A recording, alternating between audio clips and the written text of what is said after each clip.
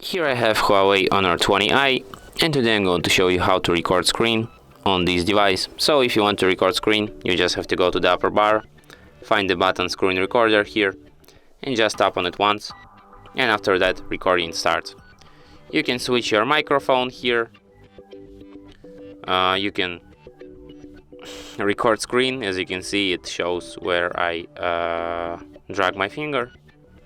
So if you want to stop recording, just tap on this red button, and after that recording will be saved to the gallery. As you can see, I can't access any other settings for the screen recording, even when I hold my finger on this button, which is misfortune, I guess. So let's find our recording. They will be saved to the videos album, and here you can see our recording.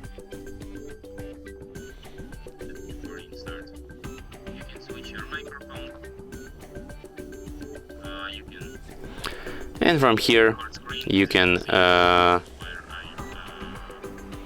share, edit, or delete your screenshot. And that's it. Thanks for watching. If you find this tutorial useful, don't forget to hit that like button and subscribe to our channel.